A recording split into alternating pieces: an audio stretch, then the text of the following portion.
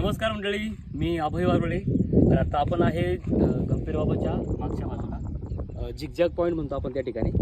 आणि इकडच्या भागाला बरेच जण फिरायला येतात. तर बऱ्याच जणांना सांगायला मला वाटतं की डोंगरामध्ये फिरत असताना आत्ता सध्या अशा वातावरणामध्ये हिरवळ असते, आपण बसायला जातो, दगडी असतात आणि त्या दगडांच्या बरोबर एक मित्रसुद्धा आपल्याला भेटतो. तोच आपण शोधतोय. आपला चला माझ्याबरोबर.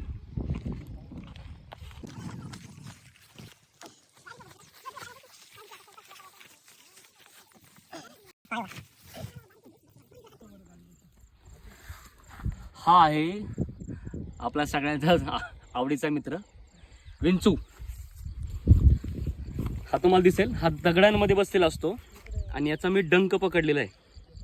बॅक साईडला डंक आहे आणि याला पुढे दोन खेकड्याला जसे नांगे असतात तसे ह्या विंचूला दोन नांगे आहेत. त्या समोरच्या नांगीने तो फक्त पकडतो, चावत नाही. इकडच्या बाजूने हा फक्त त्या याच्याने जाम त्याची पकड राहण्यासाठी पकडतो होतं, तो चावत नाही. तर ही जी मागची नांगी आहे, ह्या नांगीने जोरात डंक मारतो, त्याच्यामध्ये विष असतं. आणि हा विंचू चावल्याच्या नंतर आयुर्वेदिक भरपूर औषधं आहेत ज्यामुळे आपण बरे होऊ शकतो. पण ज्यावेळेस फिरायला आपण इकडच्या भागामध्ये जातो त्यावेळेस तुम्ही काळजी घेत जा. असे पाहुणे तुम्हाला नक्की भेटू शकतात जे तुम्हाला चावू शकतात. आता आपण याला सोडणार आहे. परत एकदा तुमच्या माहितीसाठी सांगितलं, भरपूर आयुर्वेदिक उपचार आहे त्याच्यावरती.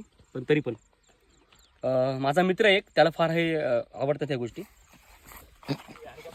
चप्पल आले बाळा, चप्पल लागली तरी चालेल. ऐका, चप्पल लागली तरी चालेल, मला मी सोडणार सॉरी म्हण, माफी मागतो. माफी. चप्पल खाली बाळा, चप्पल खाली वाढ, चप्पल खाली, चप्पल खाली, चप्पल लागत थोड्या वेळासाठी. पण बाई इंचू बाय बेड वर डायरेक्ट बेड वर तुम्हाला ना आयुर्वेदिक औषध नाही आयुर्वेदिक औषध.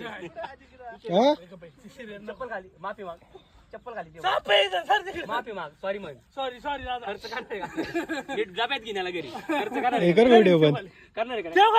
काय तू बाळा मरल ते तो मला अजिबात चालणार नाही.